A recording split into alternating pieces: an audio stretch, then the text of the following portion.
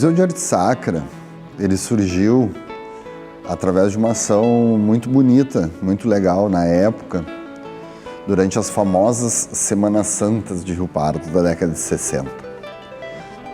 Então, um senhor conhecido como Biagio Soares Tarantino convidou vários artistas plásticos a virem à cidade de Rio Pardo, pintarem os prédios e a partir dali ter um concurso, né, sobre dessas pinturas. E essas pinturas posteriormente eram comercializadas. Parte desse valor foi destinada à criação do Museu de Arte Sacra. A outra parte foi a doação. O próprio Biagio indo na Igreja da Matriz, pedindo algumas peças religiosas, São Nicolau, né, foram compondo esse acervo. E da parte dele, então, ele recebia esses artistas, dava alimentação e os incentivava. A comunidade adquiria essas peças e daquelas peças, então, vinha, né, um certo recurso que deu origem à criação do museu. Rio Pardo tem personalidades folclóricas incríveis. Só essas personalidades já renderiam um estudo por anos. Uma dessas personalidades que nós temos é Biagio Soares Tarantino. Já foi motivo, sim, de pesquisa por profissionais. Flávio Wunderlich fez a sua monografia de turismo sobre a história do Biagio Soares e fala com muita propriedade sobre a história do Biagio. E o Biagio era um riopardense que ele tinha uma percepção de cultura e de história muito peculiar, porque desde os anos 40 e 50 ele já se dedicava a coletar peças, tanto peças religiosas que compuseram em 1975 a fundação ali do Museu de Arte Sacra da Igreja São Francisco, quanto peças de uso cotidiano, inclusive de artefatos indígenas que foram coletados ao longo do tempo, e históricos também dos períodos da nossa Revolução Farroupilha, dedicadas, né, a compor o Museu Histórico Municipal que nós temos. Então nós temos toda uma dívida, um débito de honrar, né, e respeitar essa pessoa que talvez não fosse tão compreendida nos anos 40 aqui em Rio Pardo, que dava uma importância para um pedacinho de uma imagem sacra que estava quebrada, mas que ele dizia, não, mas essa tua imagem de Jesus Cristo que não está completa, ela seria importante. Esse teu missal que você tem, que você não usa mais, que é em latinha, né, era da tua família, está de repente guardadinho na tua casa, ele é importante. Esse pequeno oratório, esse pequeno crucifixo, essa imagem desse santo, e essas são peças importantes para compor. E foi daí que surgiu a ideia de fazer, então, o Museu Barão do Santo Ângelo e também o Museu de Arte Sacra da Igreja São Francisco, dessas peças de cotidiano e peças religiosas. Hoje, quando nós estamos ali no Museu de Arte Sacra, algumas peças chamam bastante atenção. Algumas peças da época jesuítica, onde nós encontramos o Cristo, né, com a fisionomia indígena. Ele não é um Cristo loiro de olho azul, ele é um Cristo com cabelo escuro, ele é um Cristo com um adorno indígena, até porque parte dessas peças faziam parte do acervo da Igreja de São Nicolau. Algumas outras imagens, como o Santinho do Pau Oco, que é um São Nicolau, é de um tamanho pequeno, mas que também permeia o imaginário das pessoas, né? O Santinho do Pau Oco, eles colocavam pepitas de ouro ali dentro, documentos, alguma coisa importante e tal. Muitas vezes era guardado dentro dessas imagens, sorrateiramente, para que não chamassem atenção, né? Nós temos um missal de 1784, nós temos uma essa. Uma essa era um objeto onde eles apoiavam o caixão, né, durante a missa de corpo presente. Nós temos ainda, né, a questão da indumentária, né, dos primeiros padres do município e algumas outras imagens religiosas, né, de estilo variado.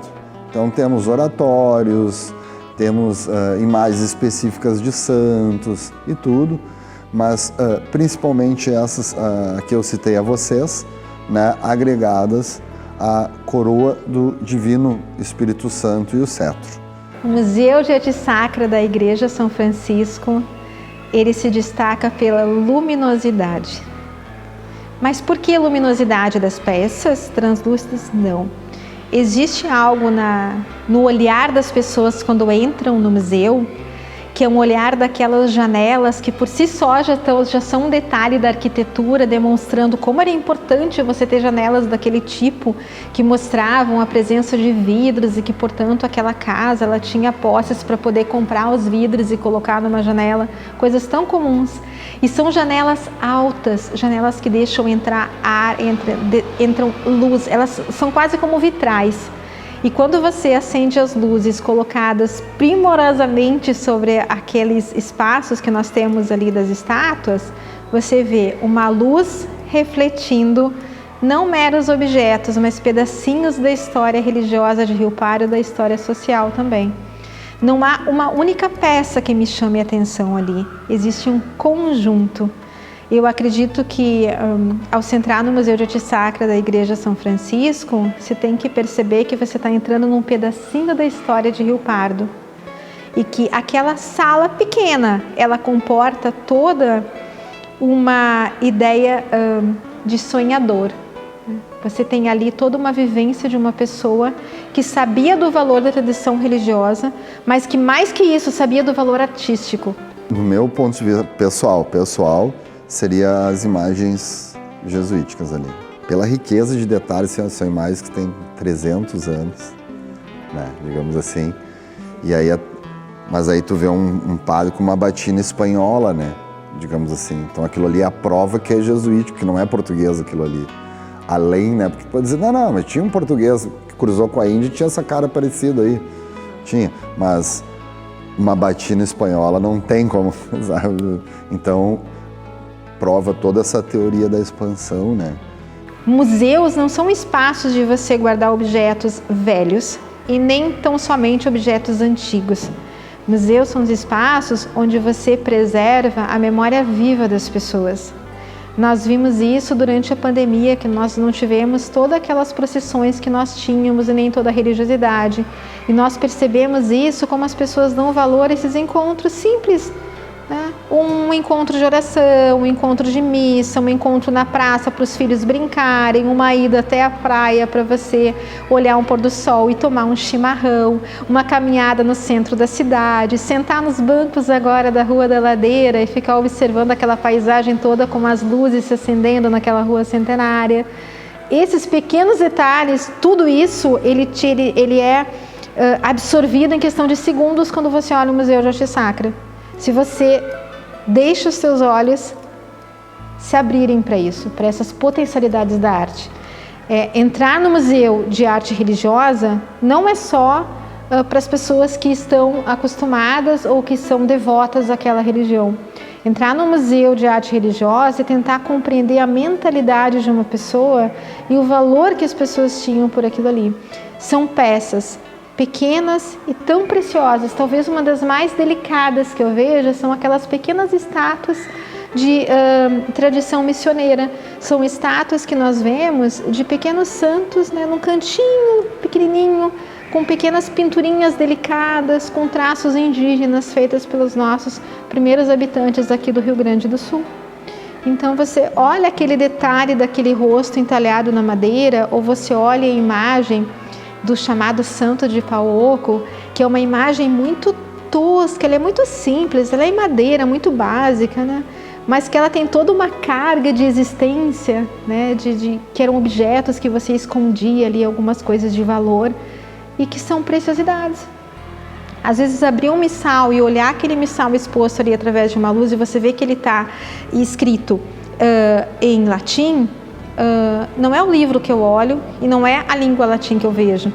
Eu vejo toda uma história de uma cidade em que, para você poder ter acesso àquele livro, ela deveria ter famílias importantíssimas com uma riqueza muito grande para poder adquirir um missal daqueles e participar de uma missa. Essa imagem, ela tem uma curiosidade também, que ao longo da história surgiu uma das lendas mais famosas de Rio Pardo, Tanto que algumas pessoas, quando vêm passear pela cidade, em vez de perguntarem pela igreja São Francisco de Assis, perguntam pela igreja das noivas. Ah, aquela igreja das noivas, a igreja das noivas. 2019 nós temos um vestido que foi colocado, um pequeno lembretezinho do ano que ele é. Esses vestidos, eles são deixados ali, muitos se perderam durante o passar do tempo em função da própria deterioração e a não conservação apropriada, não por descaso da Associação Zeladora, muito pelo contrário. A riqueza que nós temos de peça para se conservar ali são peças em número tão grande que é difícil você manter um acondicionamento. O valor que as pessoas dão para o Museu de Arte Sacra, o valor que as pessoas dão para o museu que faz parte da história da cidade, ele também é um valor que é um valor agregado. Se eu vou ao museu, eu sei que ele é importante, que ele está trazendo uma parte da minha história, que ele tem naquele museu ali vestidos de noiva das pessoas que até, as mulheres que até hoje fazem promessas, querendo realizar o seu casamento e dão esses vestidos, eu poderia contribuir de alguma maneira para que se fosse mantido. Ele é um museu, porque é um museu privado, ele pertence a uma associação zeladora e por ação dessa associação zeladora em parceria com o poder público municipal é que se mantém esse espaço aberto e conservado ali. E esse museu ele tem esses vestidos até mesmo enquanto uma história da moda, se nós formos pensar, através desses vestidos. Então, além de ser um museu de arte sacra e além de ser um espaço onde você coloca os objetos da tua devoção de promessa, ele também é um espaço que ele traduz a própria história da moda na época, quando a gente vê o estilo, o material, o desenho daquele vestido. Então, pelo design de moda daqueles vestidos, a gente consegue ver as transformações que aconteceram na sociedade. Os vestidos, eles foram perdendo muitos atavios e enfeites, foram encurtando um pouquinho o seu comprimento, foram sendo retiradas aquelas mangas mais bufantes e diminuídas, né? E esses detalhezinhos de bordados, de material que era utilizado, é que dá essa percepção de como o mundo ele passa por transformações. Inclusive o mundo da moda e inclusive o mundo da moda dentro de um museu. A lenda, nós sabemos que ela, né, cada um que conta vai colocando um pouquinho mais do que gosta, repete o que mais gosta, deixa de falar uma parte da lenda que não gosta tanto, né? E a lenda que eu conto normalmente para as pessoas quando elas vêm à cidade, né, ela fala justamente sobre as questões, né, as relações que as famílias tinham na época, de uma família rica criar a filha mulher, quase podendo se dizer como um objeto, que tinha que se manter com todos os cuidados para que ela fosse negociada com outra família rica, de preferência mais rica ainda, que viria a pagar um dote em ouro, em prata, em terras, né? E misturar então, juntar as forças. Nunca uma família procuraria um casamento onde não houvesse esses benefícios. Por isso que a mulher era criada num quarto sem janelas, com uma supervisão de 24 horas. Por isso que ela nunca saía para estudar. Era a professora que vinha até a sua casa ensinar o latim, o francês, a música, as técnicas domésticas para que ela viesse ser uma boa esposa. Então, quando surge a lenda da história, né, das noivas, ela começa pelo momento, um dos únicos que as mulheres tinham fora da sua residência. Porque não existia vida social para a mulher. A única parte social, né, além da familiar, era realizada, né, nas missas semanais. Então, quando, ao estarem, né, nas missas, uma moça acaba trocando olhares com um militar, mas não era um militar de expressividade, de uma carreira militar expressiva. Era um militar subordinado, sem posse e, consequentemente, sem condições de pagar o dote à família da moça. Mas as missas, né, e os encontros e as trocas de olhares foram se intensificando, e ela, por ser devota a Nossa Senhora da Boa Morte, que é a imagem que nós acabamos de falar, faz uma promessa. A Nossa Senhora tinha uma veste preta, porque ela simboliza o luto, a morte de Maria.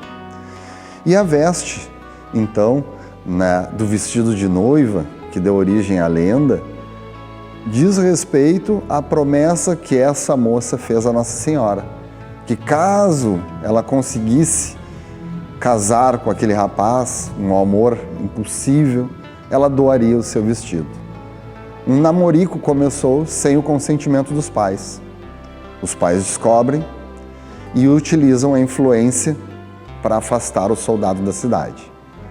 A moça, muito desgostosa, decide, como forma, né, como uma alternativa de pressionar os pais, iniciar uma greve de fome.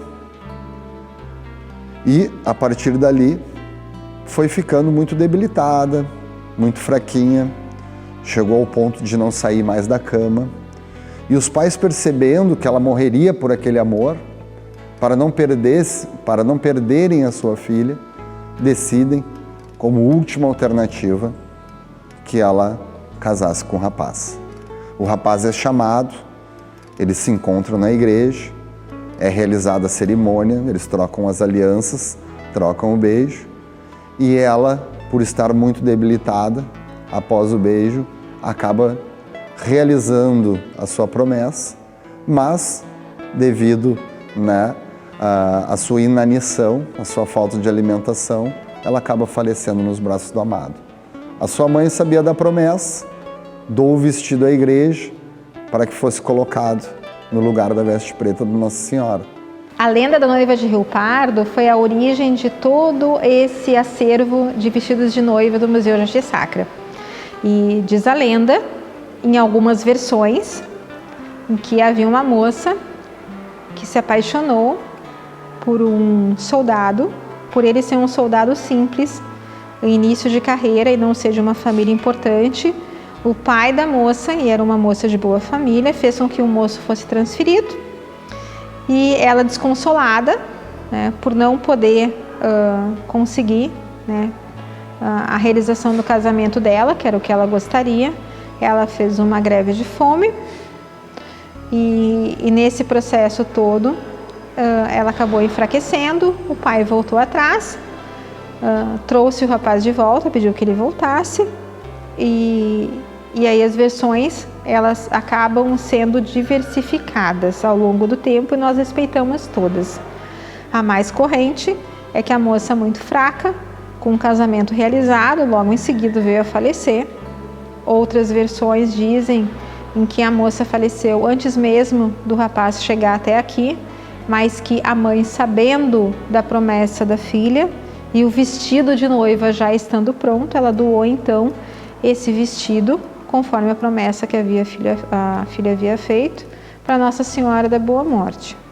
Há toda uma história de lenda em que é muito curioso o fato da Igreja Católica permitir que o vestido de noiva fosse vestir uma imagem de Maria. Embora a gente saiba que as imagens, elas não devem ser idolatradas, porque são apenas imagens dentro da Igreja Católica e da Igreja Cristã, mesmo assim há um respeito por essas imagens. Tanto que a própria Igreja Católica faz as suas procissões com as imagens de santos, o próprio Cristo morto é uma imagem. E existe toda uma devoção simbólica, né? Você não está venerando a imagem, mas a ideia que passa aquela imagem ali. Portanto, deve existir alguma coisa nessa lenda com que permitisse que a Igreja autorizasse, né, a utilização disso. Talvez a própria promessa em si, né, e o fato de ter causado uma comoção, né, muito grande. Imagina uma história de uma moça, né, que fez uma promessa, né, e veio a falecer dessa maneira.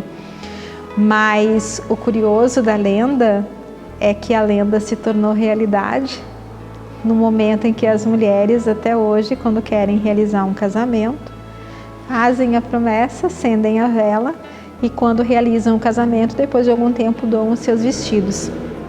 Já ouvi relatos e há alguns registros de que eventualmente, quando alguns casamentos não deram certo, por alguma razão, esses vestidos foram retirados ali da igreja. Mas são relatos de memória. Significa que enquanto nós não tivermos o documento que comprove a origem da lenda, que lhe dê a datação do primeiro vestido e que ele comprove por um ato do pároco da igreja, de que foi autorizado e sancionado que ali se colocasse um vestimento em função de tal acontecido, a gente considera enquanto lenda, não pode entrar no mérito da questão. O fato é que isso ainda acontece, os casamentos são realizados porque nós temos vestidos ali recentes ainda.